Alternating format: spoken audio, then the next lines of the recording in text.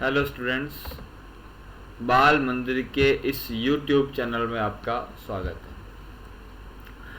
बच्चों, हम लोग 3-4 दिन बाद मिल रहे हैं। जैसा कि आपको पता है 12th क्लास के क्या थे, प्रैक्टिकल थे, जिसके कारण जो लास्ट क्लास है वो हो नहीं पाई।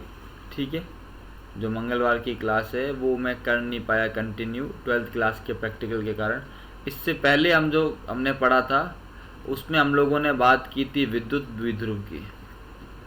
किसकी हमने बात की थी? विद्युत द्विध्रुव। जब विद्युत द्विध्रुव को बाह्य विद्युत क्षेत्र में रखा जाता है तो उस पर लगने वाला बलागुण tau equals to P E sine theta. अगर समान विद्युत क्षेत्र है तो बल तो क्या होगा? 0, पर टॉर्क लगेगा। पर अगर असमान विद्युत क्षेत्र होगा तो बल भी क्या होगा? Not equal to 0। ये सारी बातें हम लोगों ने की थी द्विध्रुव के बारे में, और उस पर मैंने न्यूमेरिकल भी आपको एक आध करवाया था। ठीक है, ये क्लास अपनी सैटरडे की थी। आज हम लोग आगे बात करेंगे नए टॉपिक के बारे में, और आज का जो हमारा टॉपिक होगा उस टॉपिक का नाम है विद्युत फ्लक्स। टॉपिक का नाम क्या है? विद्युत फ्लक्स।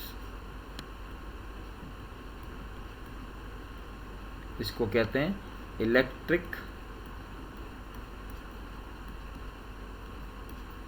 फ्लक्स। ये आज का हमारा टॉपिक है, ध्यान रखना, जिसको हम डिस्कस करने वाले हैं आज की क्लास के अंदर।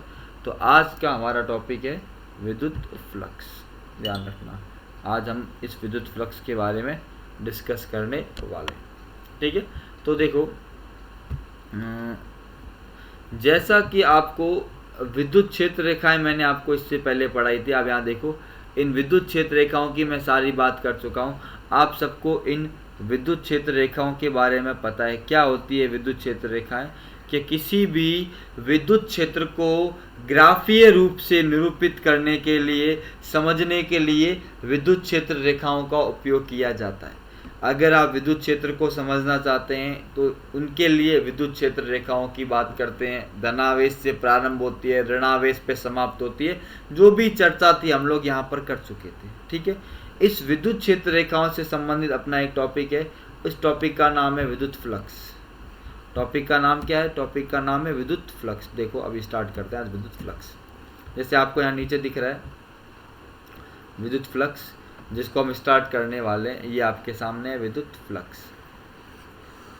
ठीक है, इस टॉपिक को हम लोग आज स्टार्ट करने वाले हैं। ठीक है, तो इस टॉपिक में क्या आपको ध्यान रखना है, क्या आपको पता होना चाहिए, उसकी हम बात करते हैं। कि विद्युत क्षेत्र में स्थित किसी क्षेत्रफल से लंबवत गुजरने वाली विद्युत क्षेत्र रेखाओं की संख्या को विद्युत फ्लक्स कहते हैं। इसे फाई से निरूपित किया जाता है। देखो, यहाँ पे देखो, एक चीज ध्यान रखनी है, किसी क्षेत्रफल से लंबवत गुजरने वाली, ये एक वर्ड आ रहा है लंबवत। किसी क्षेत्र से लंबवत गुजरने वाली कुल विद्युत क्षेत्र रेखाओं की संख्या को विद्युत फ्लक्स कहते हैं। इसे फाई से निरूपित किया जाता है। किससे निरूपित करते हैं? फाई से निरूपित किया जाता है। आप समझते हैं क्या मतलब है इसका? देखो, मैंने आपको क्या बताया कि जैसे ये विद्युत क्षेत्र रेखा है कोई,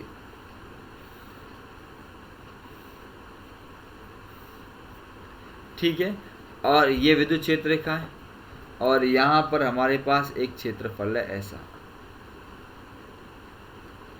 अब ये रेखाएं इस क्षेत्र में से गुजर रही है। ये क्षेत्र है ना, इस क्षेत्र में से रेखाएं गुजर रही है। इसी को हम लोग क्या कहते हैं? फ्लक्स कहते हैं। कि किसी क्षेत्रफल से कितनी विद्युत क्षेत्र रेखाएं गुजर रही है, उसी को समझने के लिए हम विद्युत फ्लक्स की बात करते हैं। जितना बड़ा क्षेत्रफल होगा विद्युत क्षेत्र रेखाएं उतनी ज्यादा होगी। जितना छोटा क्षेत्रफल होगा विद्युत क्षेत्र रेखाएं उतनी ही क्या होगी? कम होगी। ध्यान रखना। यहाँ पे देखो, आपको दिखाता हूँ आगे। देखो, जैसे मान लो कोई विद्युत क्षेत्र क्या है? ई है, और क्षेत्रफल कितना है? देखो, विद्युत क्षेत्र कितना है? ई। क्षेत्रफल कितना है? डी है। उससे निर्गत फ्लक्स डी फाई हो तो इसको हम लोग इस प्रकार से लिखते हैं, डी फाई बराबर ई डॉट ए।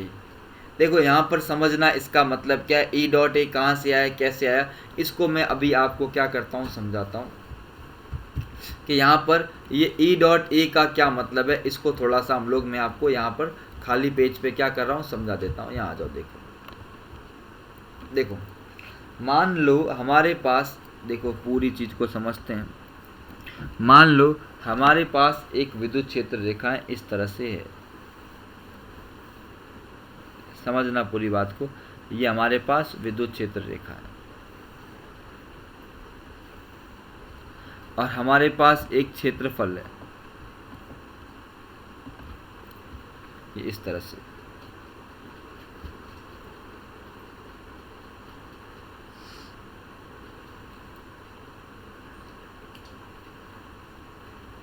इस तरह से अब ये क्षेत्रफल है ना, ये इसका जो एक होता है क्षेत्रफल सदिश, क्षेत्रफल सदिश हमेशा सतह के क्या होता है, लंबवत होता है। हमने इस तरह से इसको रखा है, देख लो कि जैसे ये विद्युत क्षेत्र रेखा है, विद्युत क्षेत्र रेखाओं के बीच में हमने क्या कर दिया, एक क्षेत्रफल रख दिया। ये क्षेत्रफल, अब देखो इसका जो क्षेत्रफल सदिश है, ये विद्युत क्षेत्र रेखा के साथ कितना कोण बना रहा है, थीटा कोण बना रहा है। कितना कोण बना रहा है, थीटा कोण बना रहा है। समझना, इस चीज़ को विजुअली समझने की कोशिश करना कि विद्युत क्षेत्र रेखाएं जा रही है, बीच में हमने क्या कर दिया, एक क्षेत्र रख दिया है, एक ऐसे इस तरह से। आप देखोगे ये जैसे यहाँ से मेरे हाथ को देखो, विद्युत क्षेत्र रेखाएं जा रही है, बीच में हमने क्षेत्रफल रखा है। विद्युत क्षेत्र रेखाएं इस पेन की दिशा में, आप मेरे को देखें, इस पेन की दिशा में जा रही है और क्षेत्रफल सदिश इसके लंबवत है बाहर की ओर, ऐसे। इस केस में समझना, इसको मैं और डायग्राम बनाता हूँ साइड में, एक नए पेज पे देखो कि हमारे पास इस तरह का एक क्षेत्रफल है। समझो, मैं एक और डायग्राम बना रहा हूँ, इस तरह का एक क्षेत्रफल है, इस तरह का। और अब मैं क्या कर रहा हूँ, विद्युत क्षेत्र रेखाएं बना रहा हूँ। अब इस क्षेत्रफल में ध्यान रखना, क्षेत्रफल का जो क्षेत्रफल सदिश होता है वो हमेशा उसकी सतह के क्या होता है, लंबवत। ये क्षेत्रफल सदिश, यहाँ जो ए है ना, इस ए को हम लोग क्या कहते हैं, इस ए को हम लोग कहते हैं क्षेत्रफल सदिश। क्या कहते हैं, ए को क्षेत्रफल सदिश। और ध्यान रखना, क्षेत्रफल सदिश सतह सदैव सतह के क्या होता है, लंबवत होता है। अब मैं बना रहा हूँ विद्युत क्षेत्र रेखाएं, देखो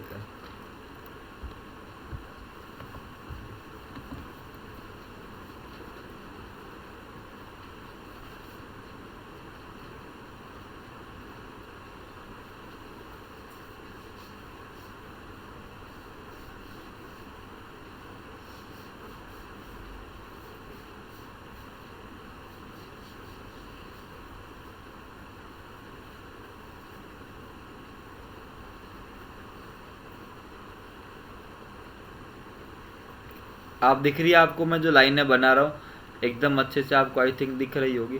थोड़ी सी नीचे वाली लाइनें टेढ़ी हो गई।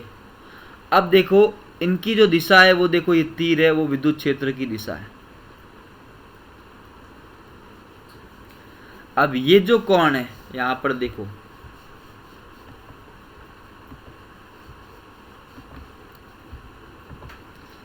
ये जो कोण है ना, कोण, ये कोण कितना है, थीटा।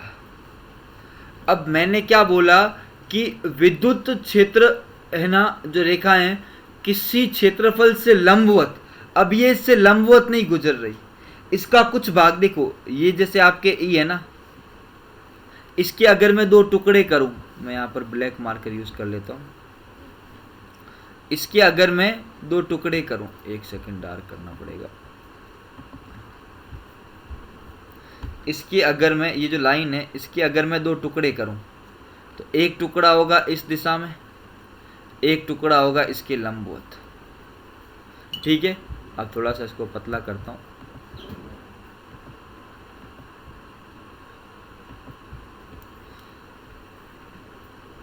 ये जो होगा, ये क्या होगा, ई कॉस थीटा, और ये वाला क्या होगा, ई साइन थीटा। देखो ये कौन थीटा है, इस ये ई है ना, ये जो लाइन है इसके मैंने दो घटक कर दिए, E cos theta, E sine theta. E cos theta इस सतह के लंबवत है, क्योंकि क्षेत्रफल सदिश सदैव सतह के क्या होता है, लंबवत। ध्यान रखना, क्षेत्रफल सदिश सदैव सतह के क्या होता है, लंबवत। सतह के क्या होता है, लंबवत होता है, ध्यान रखना, हमेशा ध्यान रखना। अब मेरे को विद्युत क्षेत्र रेखाएं भी सतह के लंबवत होनी चाहिए, तो ये जो विद्युत क्षेत्र रेखा ई कॉस थीटा है ये इस सतह के क्या है, लंबवत है, इस क्षेत्रफल सदिश की दिशा में है और इसकी सतह के क्या है, लंबवत है। तो इस केस में जो फ्लक्स होगा फाई वो क्या होगा, E into E cos theta into A, या फाई इज इक्वल्स टू क्या होगा, ई ए कॉस थीटा। यहाँ पर ई भी क्या है, सदिश है, ए भी क्या है, सदिश है, तो फाई इज इक्वल्स टू क्या हो गया, ई डॉट ए। तो इस तरह से आपका फॉर्मूला आता है phi is equals to E dot A, क्योंकि हमें उस सतह के लंबवत, हमें जो चाहिए वो उस सतह के लंबवत कितनी क्षेत्र रेखाएं गुजर रही है। देखो ना यहाँ पर जो ये ई साइन थीटा वाली ये लंबवत नहीं है, ई कॉस थीटा वाली क्या है, लंबवत है। तो फाई इज इक्वल्स टू क्या हो गया, देखो नए पेज पे फाई इज इक्वल्स टू क्या हो जाएगा, ई कॉस थीटा इंटू क्या होगा ए, या हो जाएगा ई ए कॉस थीटा। इसको लिखते हैं E vector dot A vector. और ये कैसी राशि हो गई, ये अदिश राशि। डॉट प्रोडक्ट हमेशा कैसा होता है, अदिश होता है। तो ये कैसी राशि है, अदिश राशि है। हमेशा ध्यान रखना कैसी राशि है, अदिश राशि है, ध्यान रखना। और इसका मात्रक क्या हो जाएगा, विद्युत क्षेत्र का मात्रक होता है न्यूटन पर कूलाम इंटू क्या आ जाएगा, मीटर स्क्वायर। तो इसका मात्रक क्या आ जाएगा, न्यूटन पर coulomb into metre square.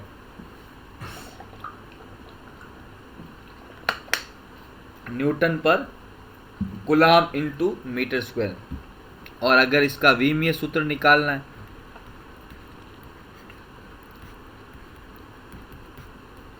Newton का क्या होगा, m1 L1 T-2, कूलाम का A1 T1 इंटू M2 का क्या हो जाएगा, L2। तो क्या हो जाएगा, m1 L3 T-3 A-1। ध्यान रखना ये सब बातें आपको ध्यान रखनी है सारी। तो किसी सतह से, किसी क्षेत्रफल से लंबवत जितनी भी, लंबवत के लिए यहाँ पर मैंने इसीलिए क्या लिया है, ई कॉस थीटा, साथ में क्या ले लिया, ए ले लिया। तो डायग्राम अगर आप ये बनाना चाहें तो बना सकते हैं, ध्यान रखना। अब आ जाते हैं अपने नोट्स पे। देखो इधर क्या हो गया, किसी विद्युत क्षेत्र में, किसी विद्युत क्षेत्र में किसी पृष्ठ से निर्गत विद्युत फ्लक्स विद्युत क्षेत्र सदिश एवं क्षेत्रफल सदिश के बिंदु गुणा डॉट गुणा के बराबर होता है। किस पे निर्भर करता है, विद्युत क्षेत्र पे, क्षेत्रफल पे और इनके मध्य कोण, इन तीनों बातों पे निर्भर करता है, जो मैं अभी आपको डिस्कस करवा चुका हूँ अच्छे से। अब हम लोग आगे आते हैं। देखो यहाँ पर एक चीज और है, क्षेत्रफल सदिश। ये मैं आपको बताना, मतलब थोड़ा सा टॉपिक था। अब देखो क्षेत्रफल सदिश क्या होता है। अगर क्षेत्रफल को सदिश के रूप में लिखना है, भौतिक विज्ञान में बहुत सारी जगहें आती है जहाँ पर हमें क्षेत्रफल को क्या करना होता है, क्षेत्रफल को सदिश रूप में लिखने के लिए, क्षेत्रफल को सदिश रूप में लिखने के लिए क्षेत्रफल सदिश उपयोग में लाया जाता है। क्षेत्रफल को सदिश रूप में लिखने के लिए क्षेत्रफल सदिश। और ध्यान रखना, जैसे ये क्षेत्र है,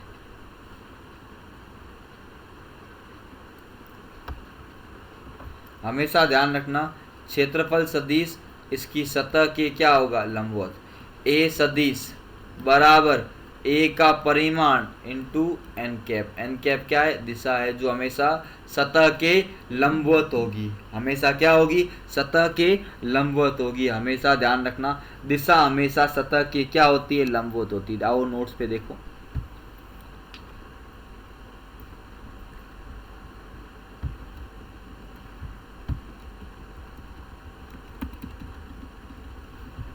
एक सेकंड थोड़ा सा,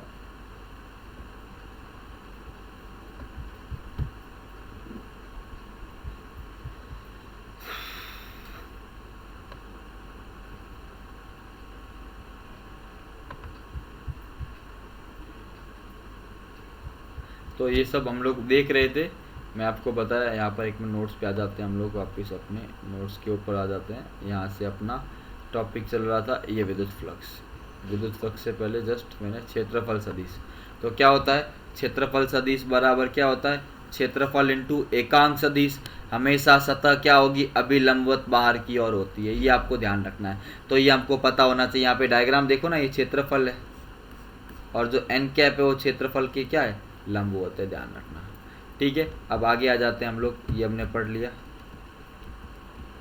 देखो जैसे यहाँ पर कैसी राशि है, विद्युत फ्लक्स अदिश राशि है। डॉट प्रोडक्ट हमेशा कैसी राशि होता है, अदिश राशि होता है, ध्यान रखना। अब किसी बंद पृष्ठ से, ध्यान रखना यहाँ पर एक लाइन लिखी हुई है, किसी बंद पृष्ठ से संबंध विद्युत फ्लक्स ज्ञात करने के लिए समाकलन के चित्र पर एक वृत्त बनाते हैं। ध्यान रखना, बंद फ्लक्स का मतलब क्या है, समझना इस चीज को।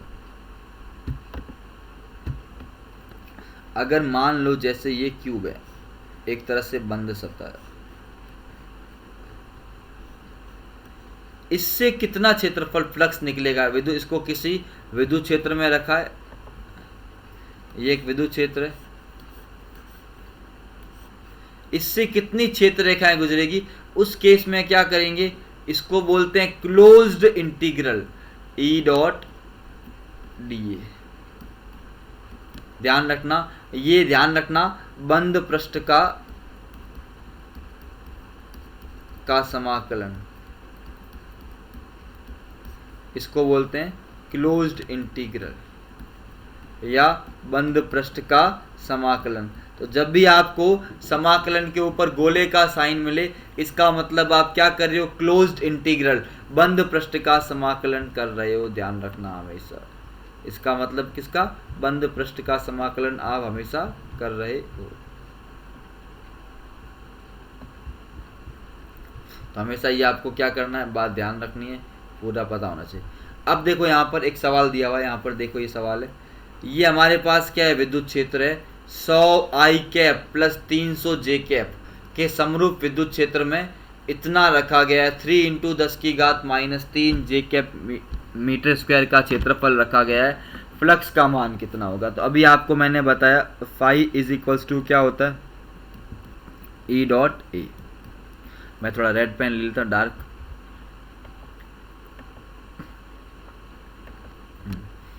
क्या होता है, phi is equals to E dot ए।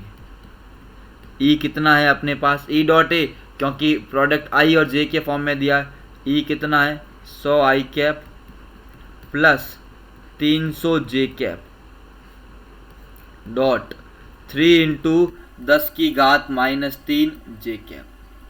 अब आई का आई से गुणा, जे का जे से, आई तो है नहीं, तो क्या हो गया, 100 इंटू 0 प्लस 300 इंटू 3 इंटू 10 की घात -3, तो क्या होगा 900 इंटू 10 की घात -3, क्योंकि ये तो क्या हो गया 0, तो इसका क्या हो जाएगा 0.9 न्यूटन पर कुलाम इंटू मीटर स्क्वायर। तो इस तरह का सवाल है, सीधा आपको क्या करना है, सीधा हमें करना है phi is equals to E dot A. सीधा सवाल आपको दिया था, शॉर्टकट मतलब सिंपल सा अपना आंसर है, तो कुछ इसमें माथापुड़ी नहीं, आप सीधा इसको कर सकते हो, कोई दिक्कत नहीं है, ध्यान रखना। तो इस प्रकार से मैंने आपको एक सवाल करवाया और फ्लक्स के बारे में।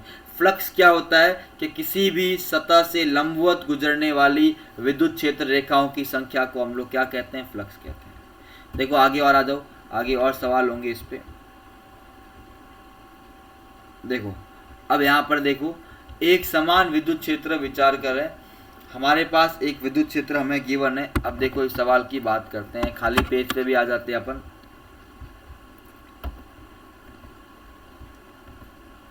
यहाँ देखो विद्युत क्षेत्र कितना है, 3 इंटू 10 की घात 3 आई कैप। आई कैप का मतलब एक्स अक्ष की दिशा में। देखो इधर, यहाँ पर मैं आपको डायग्राम से थोड़ा सा समझा देता हूँ। जैसे ये आपका, एक सेकेंड थोड़ा शेप ले लेते हैं ताकि हमें डायग्राम बनाने में थोड़ी सी आसानी हो।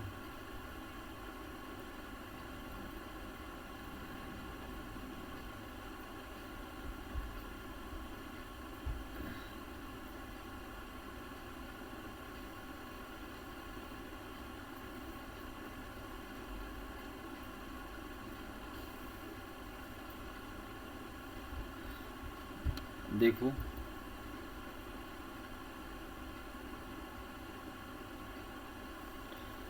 ठीक है,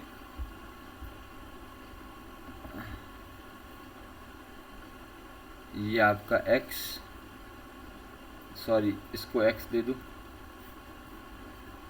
एक सेकेंड इरेजर,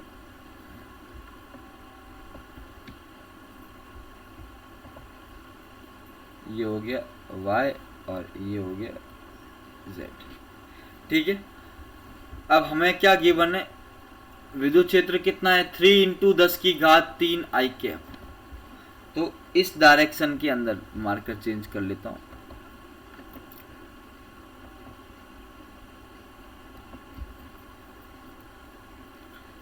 इस डायरेक्शन के अंदर अपने को विद्युत क्षेत्र गिवन है, E कितना है 3 इंटू 10 की घात 3 आई कैप न्यूटन पर कूलम गिवन है, ये 3 इंटू 10 की घात 3। इस क्षेत्र का 10 सेंटीमीटर भुजा के वर्ग के उस भाग जिसका तल YZ के समांतर है गुजरने वाला फ्लक्स क्या होगा। देखो भुजा कितनी दी हुई है 10 सेंटीमीटर, तो वर्गाकार होगा, और YZ तल के समांतर, देखो अब समझो इस चीज को, YZ तल के समांतर मतलब ये जो YZ तल है, इस तल के समांतर अपने पास एक आकृति है, इस YZ तल के समांतर अपने पास एक आकृति है, और ये सारा का सारा फ्लक्स उससे, क्योंकि ये आकृति है ना, आप देखो इधर यहाँ पे कैमरे में देखो, ये Z अक्ष है और ये YZ तल है, तो ये Z अक्ष और यहाँ पर इधर विद्युत क्षेत्र है, तो सारी क्षेत्र रेखाएं इस क्षेत्रफल से क्या होगी, गुजरेगी। समझना, पेन हमें क्या बता रहा है, विद्युत क्षेत्र की दिशा, और ये अपना YZ तल है, तो सारी क्षेत्र रेखा यहाँ से गुजरेगी, ध्यान रखना। तो इस केस में क्या हो जाएगा, phi is equals to E into A और cos 0 डिग्री, क्योंकि ध्यान रखना यहाँ पर थीटा कितना हो जाएगा 0 डिग्री हो जाएगा, ध्यान रखना। देखो तो क्या हो जाएगा, E कितना है 3 इंटू 10 की घात 3 इंटू भुजा 10 सेंटीमीटर है, तो 10 इंटू 10 की घात -2 का स्क्वायर, क्योंकि सेंटीमीटर को किस में चेंज किया, मीटर में चेंज किया, तो 10 इंटू 10 की घात -2, तो क्या हो गया 3 इंटू 10 की घात 3, ये हो गया 10 की घात -1 का स्क्वायर 10 की घात -2 बराबर क्या आ जाएगा 30 न्यूटन पर कूलम मीटर स्क्वायर। तो हमारा फ्लक्स का आंसर क्या आएगा 30 न्यूटन पर कूलम इंटू मीटर स्क्वायर। सीधा सीधा पहले सवाल का आंसर अपने पास आ गया। यहाँ देखो, ये देखो नीचे आंसर दिख भी रहा है, यहाँ पर देखो आपको दिख रहा होगा 30 न्यूटन पर कूलम मीटर स्क्वायर, ध्यान रखना। तो ये इस तरह से आपको ध्यान रखना है, पता होना चाहिए। इस वर्ग से गुजरने वाला फ्लक्स कितना होगा यदि इसके तल का अभिलंब x अक्ष के साथ 60 डिग्री कोण बनाए। तो ध्यान रखना यहाँ पर क्या बोला है, ऐसे कि यहाँ देखो इधर अपने पास ये x y z, और यहाँ पर जो क्षेत्रफल होगा वो इस तरह से रखेंगे, ये ऐसे, और ये इसका क्षेत्रफल सदिश है। ये x अक्ष के साथ कितना कोण बना रहा है 60 डिग्री, कितना कोण बना रहा है 60 डिग्री। तो फाई बराबर क्या हो जाएगा EA cos 60, और cos 60 का मान, EA का मान अभी निकाला हम लोगों ने, कितना निकाला था मैंने आपको बताया 30 इंटू cos 60 क्या होता है 1/2, आंसर कितना आएगा 15 न्यूटन पर कूलम इंटू मीटर स्क्वायर। देखो ना सेम चीज है, पर यहाँ पर क्या हो गया cos 60 हो गया, क्या हो गया cos 60 डिग्री हो गया, ध्यान रखना। ये एक सेकंड, नोट्स क्या हो गया,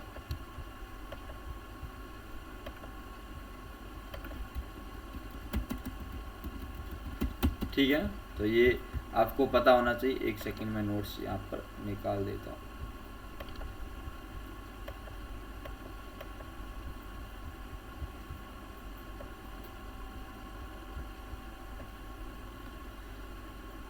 ठीक है, तो यहाँ पर देखें अभी अपने पास ये टॉपिक हम लोग यहाँ थे, यहाँ ये आ गया सवाल अपना, ये रहा सवाल, ठीक है। तो यहाँ पर इसका आंसर कितना आ गया, इसका आंसर आ गया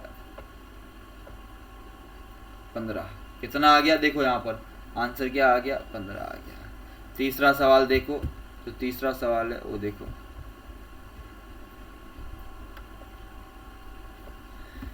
इस विद्युत क्षेत्र का 20 सेंटीमीटर भुजा के किसी घन से कितना फ्लक्स गुजरेगा। अब देखो घन है, अब यहाँ पर ऐसा समझो डायग्राम को, यहाँ देखो मैं यहाँ पे डायग्राम बनाता हूँ नए पेज पे। देखो ये हमारा एक्स अक्ष, सॉरी वाई एक्स और जेड। अब हमने यहाँ पर एक घन रखा है, क्या किया है, घन रखा है।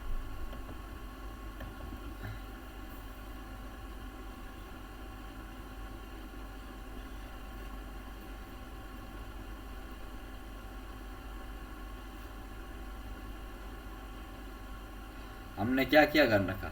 अब देखो यहां से इधर देखो, जितनी क्षेत्र रेखा ये देखो इधर से इधर ऐसे जा रही है,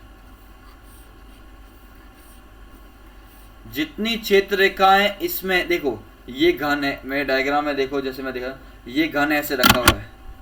यहाँ से जितनी क्षेत्र रेखा यहाँ से आएगी उतनी यहाँ से वापस क्या होगी, बाहर निकल जाएगी। देखो यहाँ पर क्या हो रहा है, जितनी एंटर कर रही है, देखो यहाँ पर यहाँ एंटर कर रही है और यहाँ से वापस क्या हो रही है, बाहर निकल रही है। तो नेट फ्लक्स हमेशा क्या होगा, जीरो होगा। अगर कोई बंद आकृति किसी विद्युत क्षेत्र में स्थित है, उस स्थिति में उसका फ्लक्स हमेशा क्या होगा, जीरो होगा।